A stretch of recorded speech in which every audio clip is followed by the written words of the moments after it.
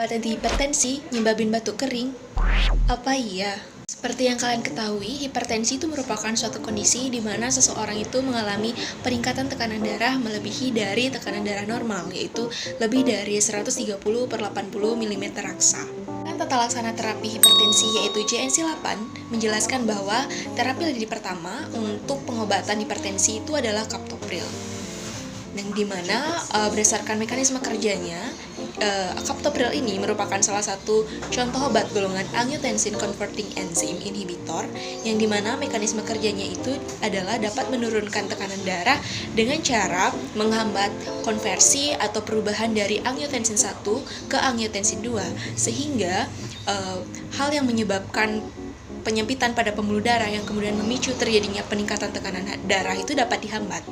Akan tetapi, selain dapat menurunkan tekanan darah, ternyata kaptopril ini dapat menimbulkan terjadinya efek samping berupa batuk kering. Gimana sih sebenarnya mekanisme kaptopril dapat menyebabkan batuk kering?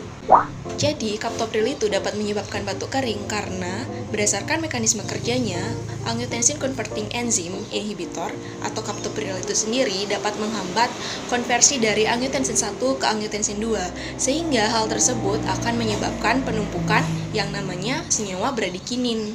Jadi, bradikinin itu merupakan suatu hormon yang dapat memberikan efek pelebaran pada pembuluh darah yang kemudian dapat menurunkan tekanan darah. Nah, kalau penggunaan dari kaptopril secara jangka panjang itu dapat menyebabkan batuk kering karena kaptopril itu sendiri dapat mempengaruhi pusat batuk pada otak.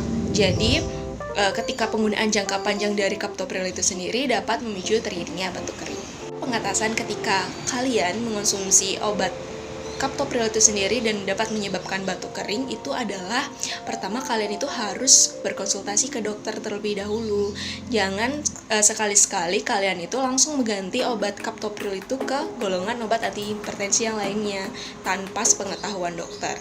Biasanya berdasarkan tata laksana terapi yaitu JNC8 menjelaskan bahwa ketika pasien tersebut mengalami batuk kering setelah mengonsumsi kaptopril, pasien itu akan diberikan terapi antihipertensi yang lainnya, yaitu disebut dengan golongan angiotensin reseptor blocker.